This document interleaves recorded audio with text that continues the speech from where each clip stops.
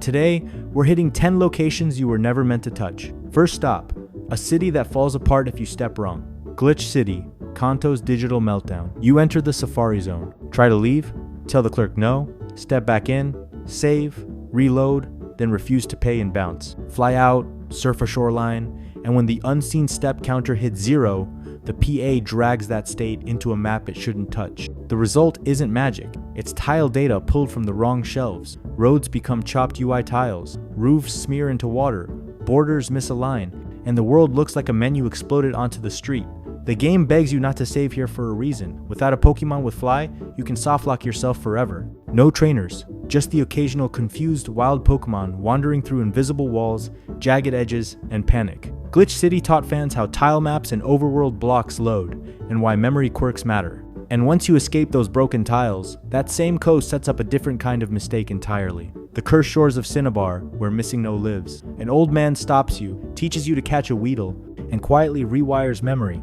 For that tutorial, the game renames you OLD Man and shoves your real name into the wild encounter data. Then you surf along Cinnabar's edge, a strip with no encounters programmed. The game reads your name as Pokemon IDs, so glitch slots load, Missingno, and the L-shaped horror show up like illegal Pokemon from room service. Here's the break. Those undefined slots spawn garbage data and a perk. When you see Missingno, the 6th item in your bag shoots up to maxed out stacks, 99 and beyond, which was a massive advantage. You might also get a glitched Pokedex entry in a scrambled Hall of Fame. Nintendo even warned players about that corruption, a rare official nod. And while some glitches came free, others needed a ticket you were never sent. Mew's event-locked prison. So here's the paywall you couldn't dodge. There's an island with Mew on it. You're invited, if you lived in the right place at the right time. The old C-map was real, but only handed out for Japanese Emerald at limited events in Japan in 2005, and later at Poke Park in Taiwan in 2006. So even there, it was a tiny window.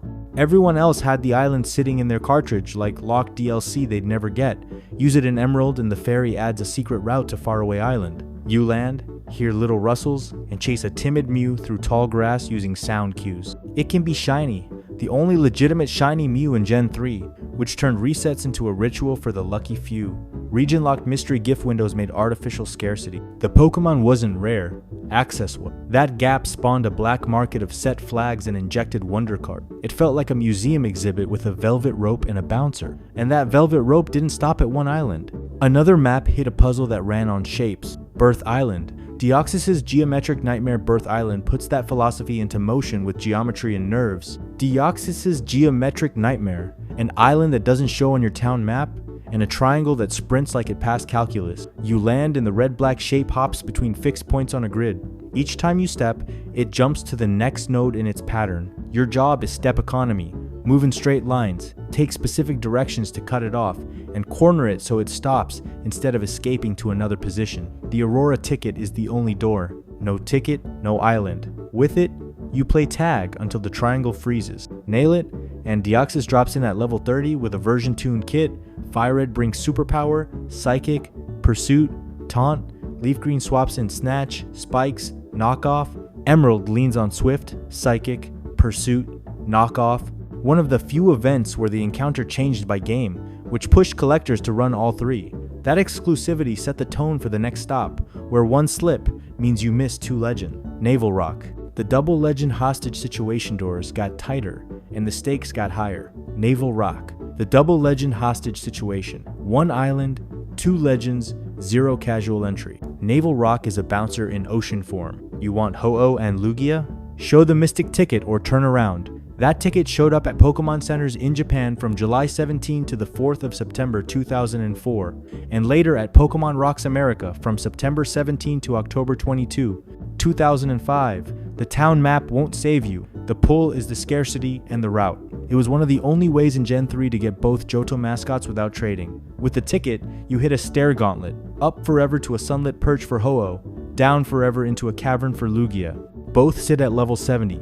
Unusually high for events, so each fight lands like a secret final boss. Screenshots felt like contraband. You didn't just enter, you crossed a line, and the next line wasn't even drawn. The Void, Sinnoh's endless black nothing. Now the map stops playing fair. The Void, Sinnoh's endless black nothing. The map ends, your feet don't.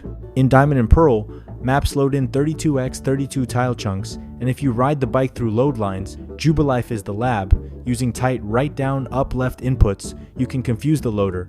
The game forgets to draw the next chunk, or worse, pulls the wrong one. You're walking on unrendered memory, like a hallway with the lights off, or a display slice of route that shouldn't be. You use bike speed corners and tight door entries to hit tiles at the exact frame they try to load. Miss, and the screen fails to populate. Hit it, and you slip past the map edge. From there, menu warps and step counts keep you alive. Players charted black space routes to flags, warp chunks, even stray doors. Guides turn Sinnoh into a frontier. And when the header can't classify where you landed, the map gives you a label anyway. Mystery Zone, the game's way of saying you shouldn't be here. And that label has a name, Mystery Zone, the game's way of saying you shouldn't be here. You open the map and it says Mystery Zone. Translation, you broke it, congrats. In Gen 4, this is the default name when the engine can't identify your location, often after you slip into out-of-bounds space. You're in a room with no label and no rules. Usually no wild Pokemon, just weird warps. Limited function. Saving feels risky because flags flip in odd ways, and the real danger is getting stuck forever if you don't have a way out. It's a tag the engine slaps on areas with no proper map header. You can stand one tile from a busy city and still be nowhere. Some story checks pass, others don't. Items refuse to trigger. NPC scripts act like they called in sick. Glitch hunters wore it like a badge of honor. And one badge pointed straight to an island built for nightmare. Newmoon Island, Darkrai's desolate hellscape. An island built for nightmares, reachable two ways, with a proper ticket or by walking through nothing. The member card is clean and safe, distributed via Wi-Fi for Platinum from the 1st of December 2008 to the 15th of January 2009 in Japan, and August 3 to September 13, 2009 in America and Europe. Use it. The Canalave Inn event triggers. You fall asleep and wake up at the dock on Newmoon. The void is the dare. Players map steps that nudge unseen flags, bypassing the inn narrative and warping straight to the island. One route runs on Nintendo's blessing. The other runs on nerves and save risk. Either way, the fight lands the same. Darkrai at level 50 with Double Team, Nightmare, Feint Attack, and Hypnosis, stamped with the fateful encounter flag that legit checks pass. Once you land, the quiet sells the myth. Then the road keeps going, straight as a dare. Seabreak Path and Flower Paradise. Shaymin's invisible highway to nowhere next. The path only some players ever opened. Walk straight. Keep walking. Keep walking. Seabreak Path feels like the game dared you to hold up on the D-pad. It's a real route hidden past Route 224 that appears when Oak's letter flips the switch. Distributed via Wi-Fi for Platinum from April 18 to the 11th of May 2009 in Japan, and September 28 to the 8th of November 2009 elsewhere. Short windows for a very long road. Tiles pop in late, like the engine needs a breather. In a legit run, the new path opens clean. With tweak routes or void tricks, you can land at the start anyway, then follow a thin line through nothing and hope the world keeps loading. The march ends in Flower Paradise, a tiny meadow. Shaymin waits at level 30 with Synthesis, Leech Seed, Magical Leaf, and Growth. Catching it unlocks the Grace Idea. Some gifts opened on timers. Others were built and never handed out. Hall of Origin, God's Abandoned Throne Room. Then there's the chamber everyone found in code and almost nobody saw the right way. The arena exists. The flute exists in code. The event does not. In Diamond, Pearl, and Platinum, the Azure Flute was programmed to spawn a staircase at Spear Pillar, but Game Freak shoved it as too confusing and chose to hand out Arceus directly at events instead. Arceus sits above it all behind an item that never went live. For years, it felt like even the Void couldn't get you there. Only insanely precise, near mythical Void routes discovered much later can drag you into God's attic without cheat devices. You could reach coordinates, but not the moment. All the parts were done. A full Hall of Origin map, unique music, and an Arceus fight at level 80. The whole thing ended up echoing into later games. The Sinjo Ruins event in HGSS even checks for an Arceus from the Hall of Origin, like the games remember this god room you were never meant to see. Years later, Brilliant Diamond and Shining Pearl finally opened the door via Legends Arceus data. Locked doors taught players other entries. So here's where it lands. Forbidden places aren't just maps, they're proof that when the door is locked, players learn the windows. Glitches birthed legends, events turned routes into velvet ropes. The Void made explorers out of all of us. The best fuel was no entry, and you broke the rules anyway. Let me know which forbidden spot hooked you most, or which method you'd have risked your save to try.